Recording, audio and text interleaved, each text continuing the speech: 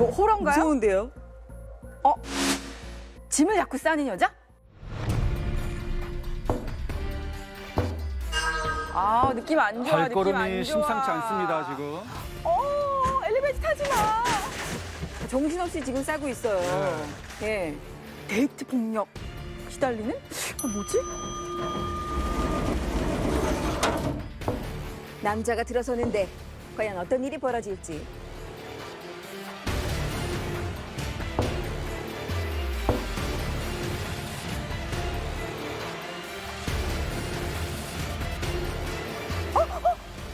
마주쳤다.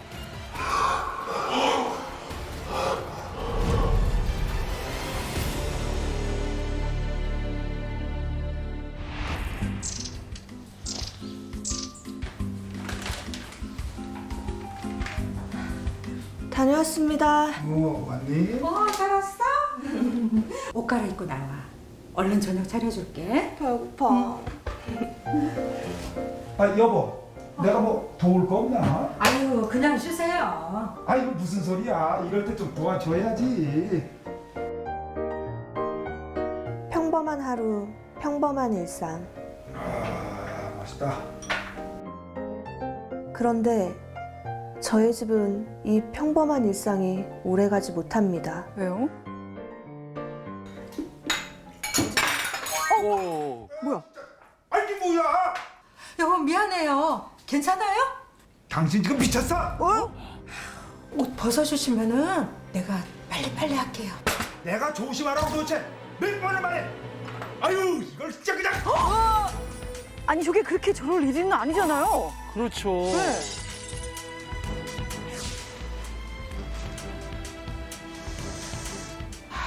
엄마 괜찮아? 어떡해. 평소엔 온화한 아빠. 하지만 한 번 화가 나면 괴물로 변해버립니다. 한 15초 만에 변하신 것 같죠?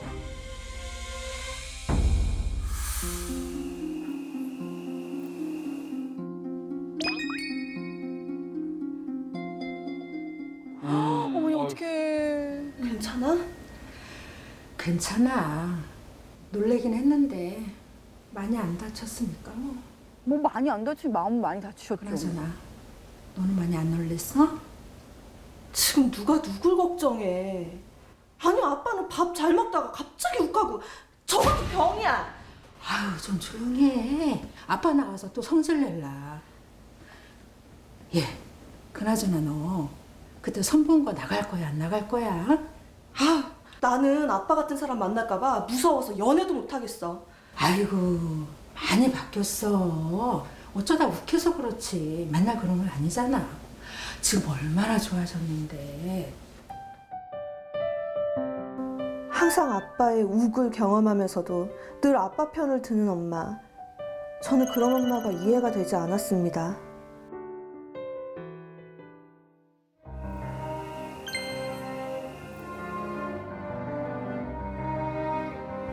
다녀왔습니다. 잠깐만. 너 이놈의 기집애야. 지금 너 제정신이야? 왜? 지금 시간이 몇 시야? 죄송해요. 그리고 너. 에이 옷걸이가 도대체 그게 뭐냐? 제가 뭘 그렇게 잘못했는데요? 뭘 잘못해서 그렇게 소리를 지르세요? 아니 이놈의 기집애가 어디로 눈을 한 번. 이러다가 또 딸까지. 아유 진짜 여보, 왜 이래? 당신 말이지. 말하지 말고 가만히 있어. 아유 철부다. 매번 분노의 이유는 사소한 것. 그 분노는 폭력으로 이어지기 일쑤였고요. 때문에 엄마와 전 늘 폭력의 그림자 속에 살아야 했습니다.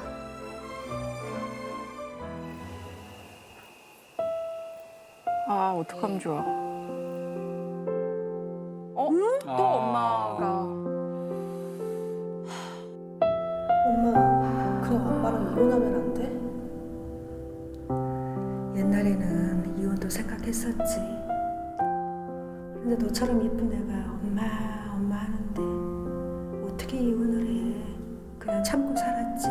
그리고 너한테 이혼 가정이라는 꼬리표 붙여주고 싶지 않아. 그런 게 무슨 상관이야. 그런 거 하나도 안 중요해. 너 독립하고 싶으면 독립해. 엄마가 보증금은 어떻게 해서라도 마련해 줄게. 우선 저부터 아빠의 그림자에서 벗어난 뒤 엄마를 데려와야지 하는 생각으로 독립을 결정했죠. 아, 독립하다가 엄마를 모셔올 생각을 하고 있는 거예요, 딸은.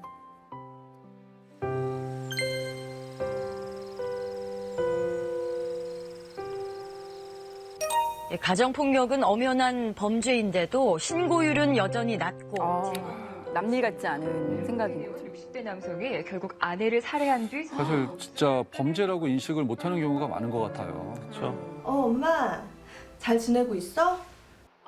우리 딸? 엄마는 잘 지내고 있지. 아빠도 적적하신가 봐. 네가 없으니까 엄마한테 엄청 잘해주네. 진짜?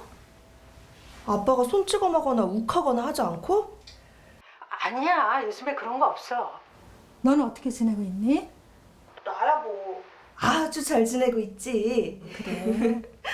엄마 내 걱정하지 말고 무슨 일 있으면 바로 나한테 얘기하고 알았지? 든든한 딸이에요. 얘기하겠어요, 엄마가. 독립 후 엄마가 걱정되긴 했지만 늘 엄마는 괜찮다고 말하셨어요. 또 며칠이 지났어요. 엄마 왜 전화했어? 미준이. 나 저기 옆집 승현이 이모야. 승현 이모가 왜 우리 엄마 전화 가지고 있어요? 아니 저기 그게 정말 내가 있잖아. 그게 뭐예요? 너 이모 입 무거운 거 알지? 다름 아니라 맛있는 과일 엄마 드리려고 내가 왔거든. 그런데 하필 그냥 아빠가 욱하신 거 있지. 엄마 몰골이 그냥 말이 아니야. 지금 겨우 진정되셨어. 아빠가 또 엄마는 괜찮아요? 말해 뭐해. 많이 상했지 뭐. 정말 속상해 정말. 방심했습니다. 최근 엄마와 연락할 때까지만 해도 별일 없다 해서 그런가 했는데 엄마는 그동안의 일을 숨긴 거였어요. 그래서 이번에 결단을 내리기로 했습니다.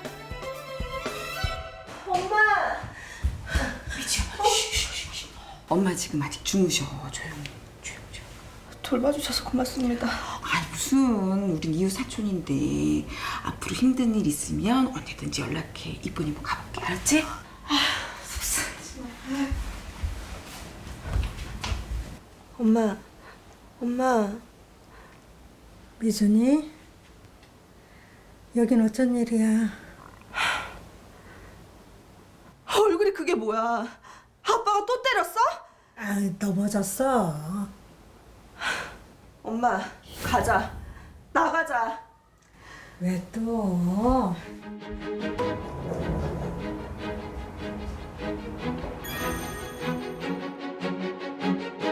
이 어둠 같은 동굴에서 엄마를 강압적으로라도 탈출시키고 싶었습니다. 미주야, 지금 뭐 하는 거야? 엄마 나가자. 그러려고 온 거야 나. 그래, 맞아. 아빠 마주치기 전에 얼른 나가자. 하필 이때 또 아빠가 와요. 뭔가 촉이 있었던 거지.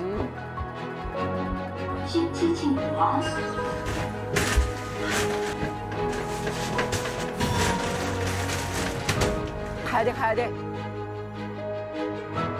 근데 저게 자꾸 반복되면 약간 무기력해지는 것 같아요, 사람이. 예. 벗어나야 되는데.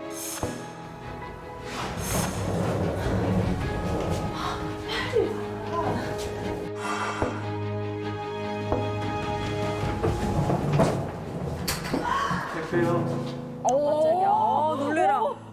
저는 결국 엄마를 무사히 제가 살고 있는 집으로 데리고 왔습니다. 아, 데리고 왔어요? 다행이에요. 어머. 예. 아빠. 아빠 없이 새롭게 인생을 살아보겠노라 다짐한 엄마와 나. 그런데 엄마는 왠지 조금 불안해하는 눈치였어요.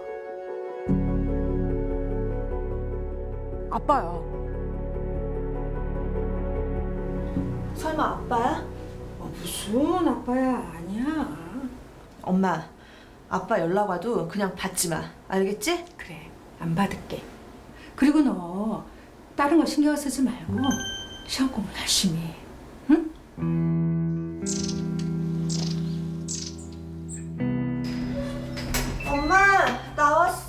설마 아빠한테 간 거 아니야? 아, 무릎 꿇고 사과했지. 제 발로 어둠 속 동굴로 다시 들어간 엄마. 저는 아빠로부터 엄마를 구할 수 있을까요?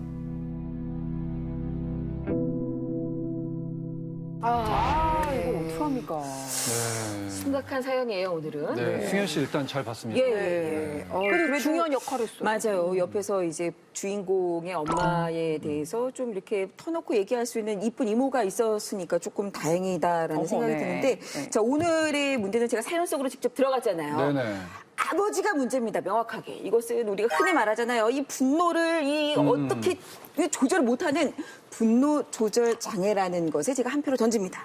언젠가부터 우리 사회에서 분노 조절 장애라는 말이 굉장히 많이 회자되고 많은 분들이 뭐 농담으로 하기도 하고 실제로 자기가 분노 조절 장애인 것 같다라는 말씀도 많이 하시거든요. 네. 근데 분노 조절 장애라는 거는 정신건강의학과적 진단명이 아니고 사실 그런 진단은 없습니다. 그리고 명칭이 없어요. 네, 그래요? 분노 조절 장애라는 명칭이 없고요. 분노 조절 장애와 가장 유사한 게 뭐냐면 간헐적 폭발 장애 혹은 간헐적 폭발성 장애라고 불리는 거거든요.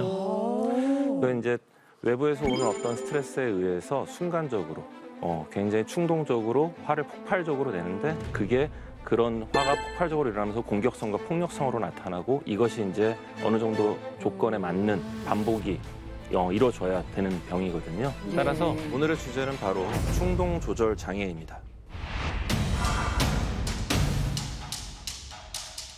분노 범죄가 잇따르고 있습니다. 홧김의 한 분풀입니다. 충동적으로 저지르는 경우가 많다고 합니다.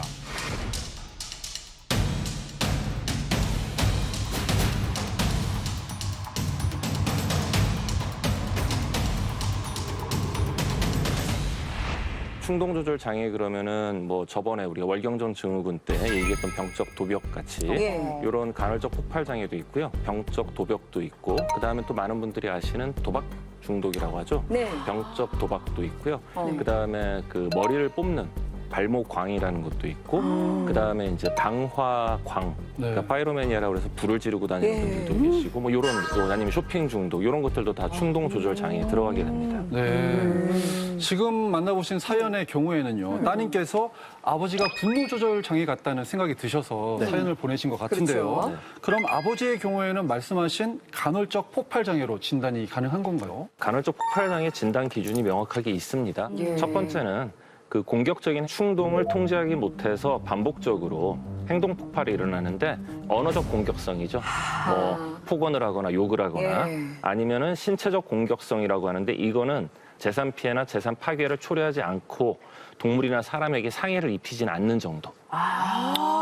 그래요? 이게 이제 3개월 동안 평균적으로 일주일에 2회 이상 발생을 해야 돼요. 두 번째는 이제 재산 피해나 재산 손괴 그리고 동물이나 타인에게 상해를 입힐 수 있는 신체적 폭행을 포함하는 폭행은 1년에 3회 정도, 3회 이상. 그게 충동적 공격성이 나타난다라고 얘기를 하는 거고요. 네. 그다음에 두 번째는 이런 반복적인 행동 폭발 동안에 표현된 공격성의 정도가 우리가 객관적으로 볼 수 있는 스트레스와 비례하지 않아요.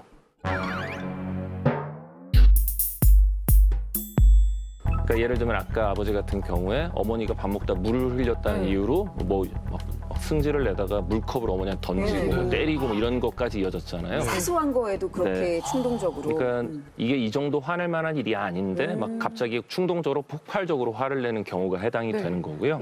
그다음에 이런 반복적인 공격적 행동 폭발이 미리 계획된 게 아니라는 거예요. 그다음에 직업적 사회적 기능에 문제를 끼치고 그다음에 다른 사람과의 대인 관계에 문제를 일으켜야 됩니다.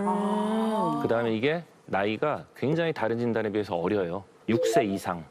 6세부터요? 만 6세 이상이니까 우리나라 나이로 뭐 7, 8살 정도. 초등학생 이상이면 다 네. 해당이 될 수 있다는 굉장히 거죠. 놀라운데요. 근데 이게 이제 다른 정신질환, 가장 대표적인 게 이제 우울증, 주요 우울 장애, 그다음에 양극성 장애, 그다음에 그 파괴적 기분 조절 부전 장애, 뭐 정신병적 장애, 반사회적 인격 장애나 경계성 인격 장애 등으로 설명이 안 돼야 된다라고 돼 있어요.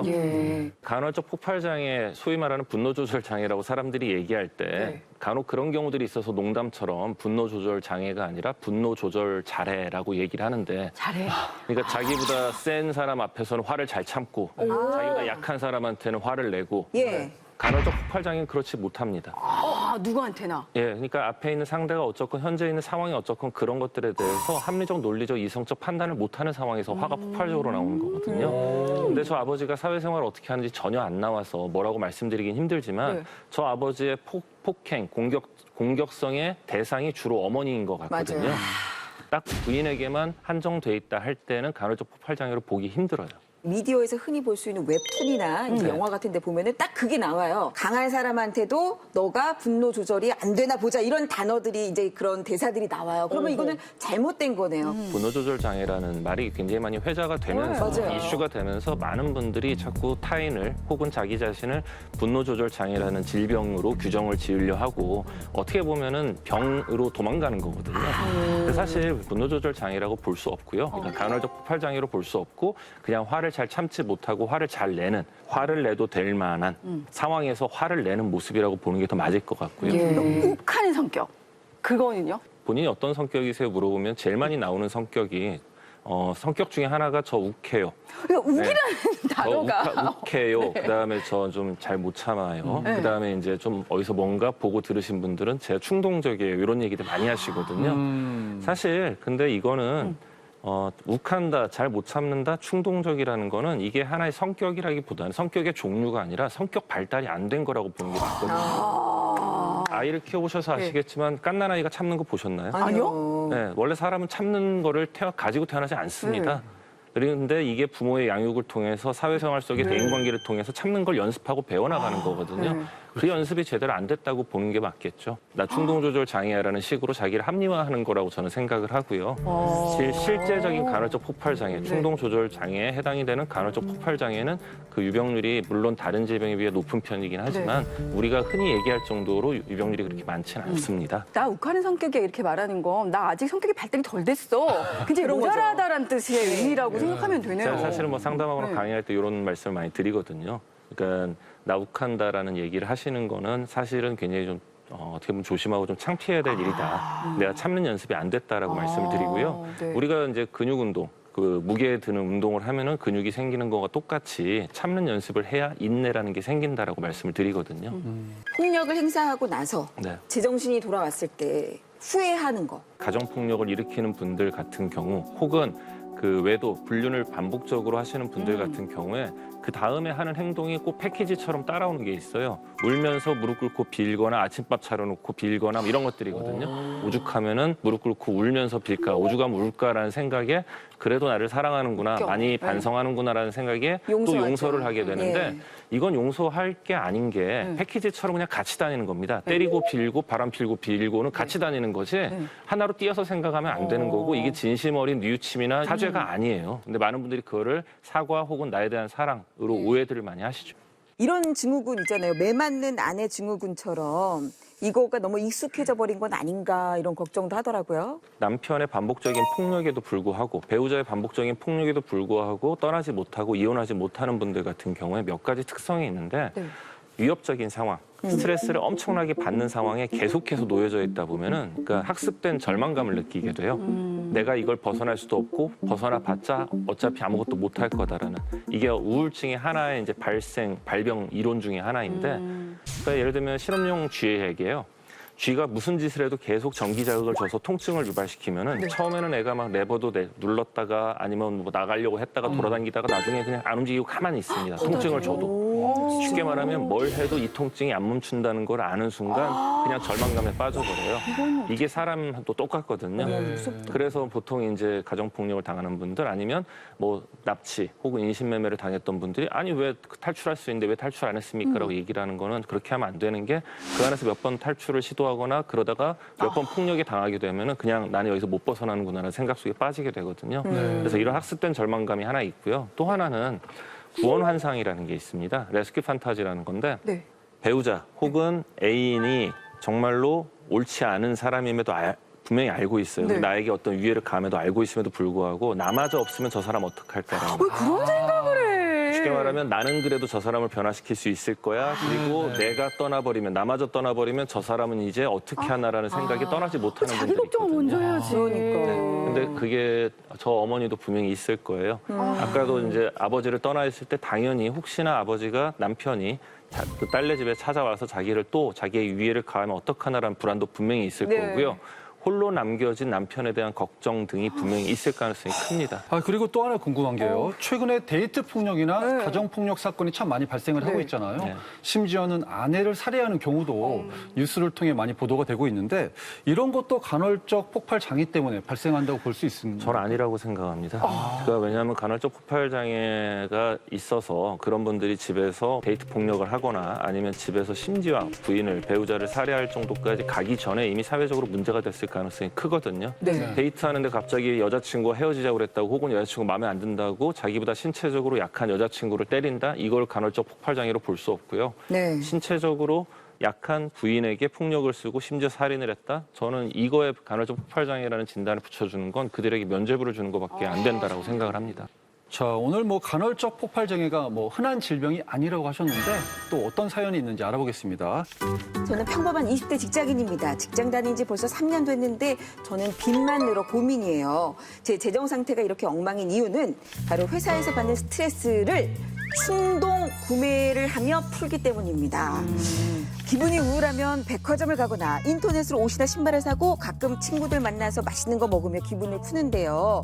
물론 계산은 꼭 제가 합니다. 그러다 보니 결국 카드값, 월급을 넘기고 신용대출까지 받는 지경이 됐습니다. 돈을 쓸 때는 그 순간 너무 기분이 좋거든요. 하지만 카드 명세서만 보면 더 화가 치밉니다. 이것도 병일까요? 라고 사연 주셨어요. 과량의 쇼핑을 함으로써 경제적으로 문제가 생겼고요. 이러다 보면은 이것 때문에 아마 대인관계도 문제가 있을 가능성이 꽤나 크거든요. 예. 그렇다 그러면은 충동 조절 장애 중 쇼핑 중독으로 보는 게 맞을 수 있을 것 같고요. 굉장히 충동적으로 하는 것들 행위 중에서 폭식이라든지 그다음에 폭식. 성행위라든지 네. 자해 같은 것들 이런 것들이 이제 많이 들어가 있거든요. 쇼핑을 반복적으로 하시는 분들의 가장 큰 특징은 물건을 소유함으로써 얻는 만족감이 아니고요. 물건을 사는 순간에 그 긴장으로 인한 쾌감이 끝나요. 그럼 환불하면 되겠다. 환불하면 되네. 그래서 후회를 하고 또 하게 되고 그쵸. 이게 반복이 되는 거예요? 충동적인 행위, 그러니까 긴장이 올라가고 충동적인 행위를 해서 그 긴장이 완화되고 쾌감을 느끼고 그 다음에 다시 후회 자책하고 다시 또 그로 인해서 긴장, 불안이 생기고 그러면 다시 또 쾌감. 이게 반복적으로 되는 거거든요. 네. 그렇다면 충동 조절 장애가 생기는 원인은 무엇인가요?